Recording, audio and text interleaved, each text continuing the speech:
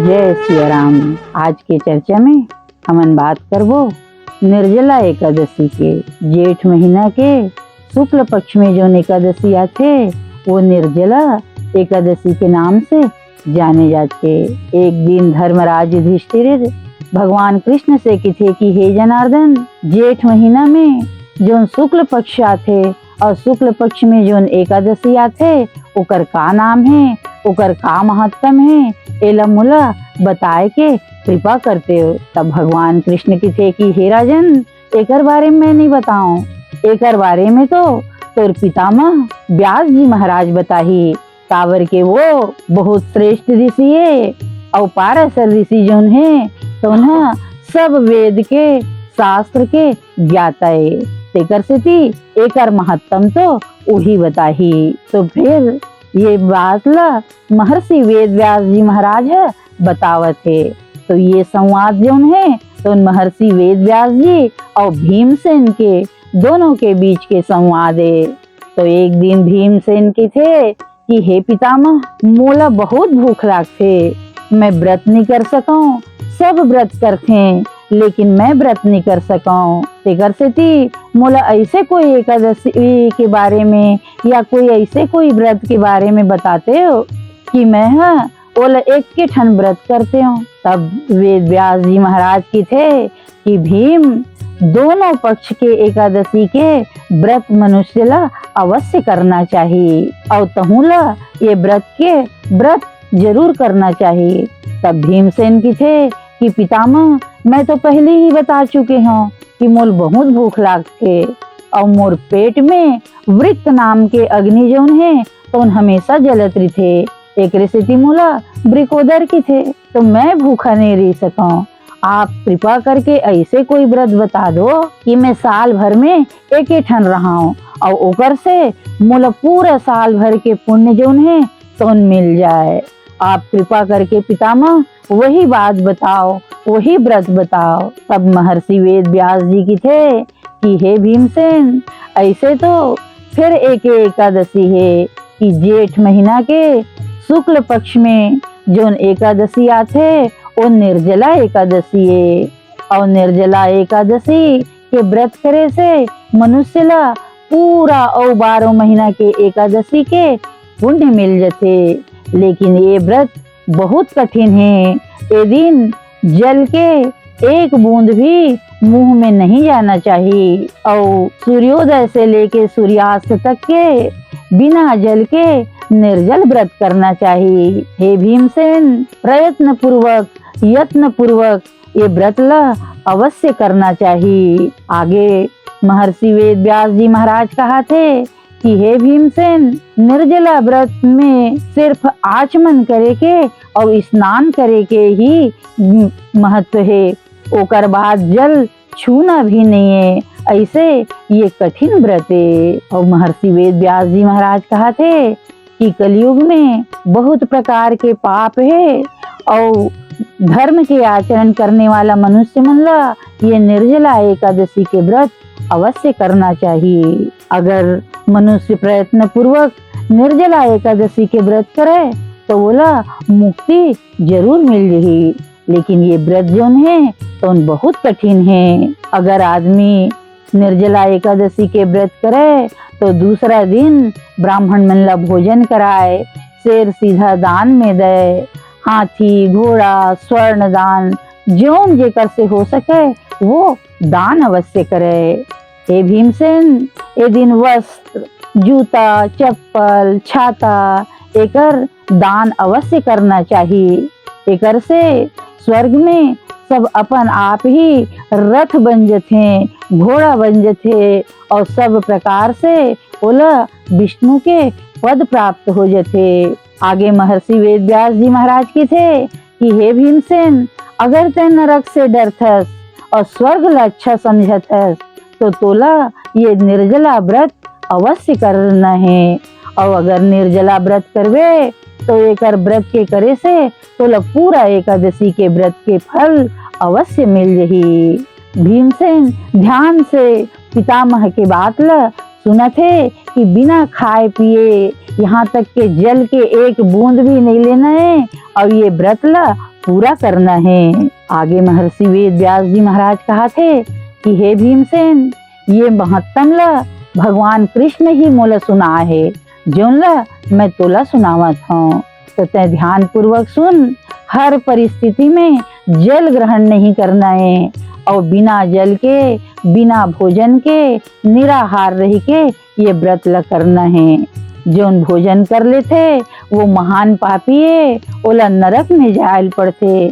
तेकर से ये दिन अन्न तो ग्रहण करना ही नहीं चाहिए। और जोन स्वर्ग के इच्छा रखते, विष्णु के पद प्राप्त करना चाहते, ओला विष्णु के पूजन करके धूप दीप फल फूल से भगवान विष्णु के पूजा करना चाहिए और संकल्प लेना चाहिए कि भगवान आज मैं निर्जला एकादशी के व्रत करूँ, तो आप कृपा करना मोर ऊपर कि मैं ये व्रत ला पूरा कर सकूं। महर्षि वेद व्यास जी महाराज की थे कि संसार में सबसे श्रेष्ठ निर्जला एकादशी के व्रत है। और ये दिन सुबह से लेकर के ओम नमो भगवते वासुदेवाय, ओम नमो भगवते वासुदेवाय, ओम नमो भगवते वासुदेवाय ये मंत्र के उच्चारण करना चाहिए।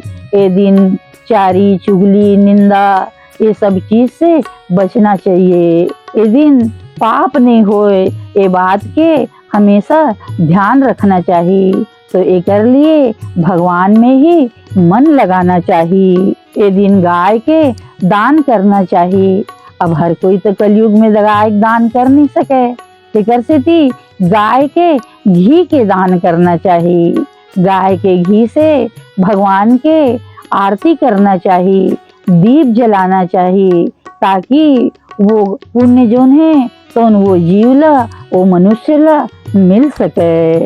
ये व्रत करे से पहले भगवान के पूजा करे और बार बार विनय करे, और बार बार विनय करे कि हे भगवान, मैं तोर व्रत करत हूँ, तोर व्रत करे के संकल्प ले हूँ, तो मोर सब प्रकार के पाप जोन है तो नष्ट हो जाए, मोर कुयोनी जोन है तो छूट जाए। हे भगवान, मैं आपके शरण में पड़े हूँ, श्रद्धा पूर्वक आपसे प्रार्थना करत हूँ, विनय करत हूँ कि ये व्रत मोर पूरा हो जाए। एमा आपके कृपा चाहिए, काबर के आपके कृपा के बिना ऐसे कठिन व्रत जोन है तो पूरा ही नहीं हो सके। व्रत के बाद अपन नहा धो के ब्राह्मण मन ला दक्षिणा देना चाहिए। ब्राह्मण ला भोजन करा के फिर स्वयं ही भोजन करना चाहिए। महर्षि वेद व्यास जी महाराज की थे कि हे भीमसेन, ये व्रत के कोई तोड़ नहीं है, ये अकेला ही अपन आप में पूर्ण व्रत है। एला जीव ला अवश्य करना चाहिए और ये व्रत ला कहूँ ला जरूर करना चाहिए। निर्जला एकादशी के व्रत करे से मनुष्य सीधा विष्णु लोक जाते। भगवान विष्णु के रथ उकर पास आ जाते और काला भैंसा में बैठे हुए बड़े बड़े पास लिए हुए जो यमदूत है तेमन आए के साहस ही नहीं कर सके। और भगवान विष्णु के पार्षद आकर के वो निर्जला एकादशी के व्रत करने वाला जीवला अपन रथ में बैठा करके विष्णु लोक ले जाते, विष्णु के धाम लेते। वो मनुष्य जोन है हर प्रकार के कुयोनी से छूट जथे, जोन चोरी करते, असत्य बोलते, गुरु के निंदा करते, वो सब के सब जोन है जो पाप थे वो कर से मुक्त होके सीधा स्वर्ग चल देते। ये भीमसेन, ये बड़ा उत्तम व्रत है जोन ला मैं तोला बताए हूँ, तो ते प्रयत्न करके जरूर ये व्रत ला पूरा करवे।